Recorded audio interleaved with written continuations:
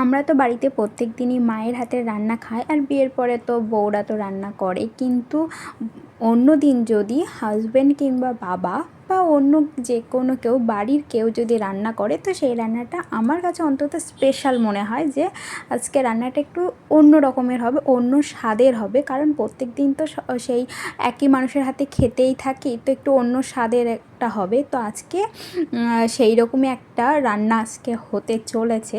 আজকে আমার শ্বশুরমশাই বাজার থেকে চিকেন নিয়ে এনেছে। তো এনেই উনি বলছেন যে আজকে আমি নিজে হাতে রান্না করব। তো আমার বিয়ের পরে আমার শ্বশুরমশাইয়ের হাতের আমি হয়তো 3 থেকে 4 বার রান্না খেয়েছি। চিকেন রান্নাটাই বাবা বেশিরভাগ সময় রান্না করেন। তো আমি 3 থেকে 4 বার রান্নাটা খেয়েছি। খুবই সুন্দর করেন, মানে মানে নতুনত্ব টাইপের একটুখানি করা হয়। তো আমি শুধু গুছিয়ে টুছিয়ে দিয়েছি, দিয়ে আমি স্নান করতে গিয়েছিলাম। এসে তো দেখছি আলু টালু ভাজা টাজা সব হয়ে গিয়েছে।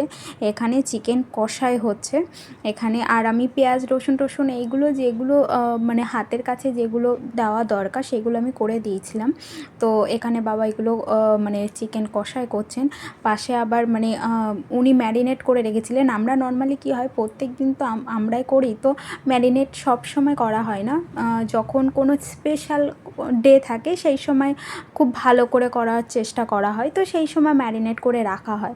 উনি আজকে ম্যারিনেট করে টোরে সমস্ত কিছু চিকেন রেখে দিয়েছিলেন। তো সেই যাতে মানে ম্যারিনেট করা হয়েছে সেই জলটা আর উনি আর ফেলেননি, মানে ওতেই জল দিয়ে তারপরে ওই জলটাই চিকেনে দেওয়া হবে।